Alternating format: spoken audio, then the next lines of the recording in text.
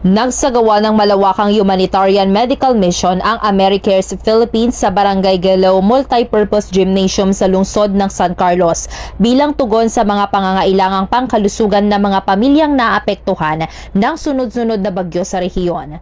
Pinangunahan ng misyon ni Head Medical Officer Dr. Ellen May Villa Sanchez Asis, katuwang si Paul Gwyn Pagaran, Country Director ng AmeriCares Philippines, sa mahigpit na pakikipagtulungan ng lokal na pamahalaan ng San Carlos na pinamumunuan ni na Mayor Joler Rosuelio at Vice Mayor Joseros Rosuelio. Kasama rin sa koordinasyon ang City Health Office sa pangunguna ni Dr. Susan Benitez. Nagkaloob ang AmeriCares ng libreng konsultasyong medikal at pamamahagi ng mga pangunahing gamot sa mga residente, lalo na sa mga lubos na nasalanta ng kalamidad. Daan-daang kababayan ang nabigyan ng agarang serbisyong medikal, kabilang ang mga senior citizens, buntis, bata at mga individual na may umiiral na karamdaman.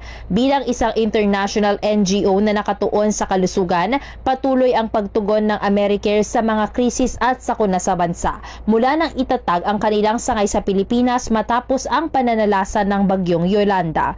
Sa kanilang bawat misyon, layunin ng organisasyon na maibalik ang dignidad at kalusugan ng mga komunidad sa gitna ng trahedya. Sa tulong ng koordinasyon sa pagitan ng lokal na pamahalaan at mga humanitarian partners, naging maayos at matagumpay ang isinagawang medical mission sa San Carlos para sa mga apektado ng kalamidad. Para sa programang Bombo Reports First Edition, Patrol numero 3, Bombo Nerissa Ventura nag-uulat. This is Bombo Radio Philippines, the #1 and most trusted source of news and information. Basta Radio, Bombo!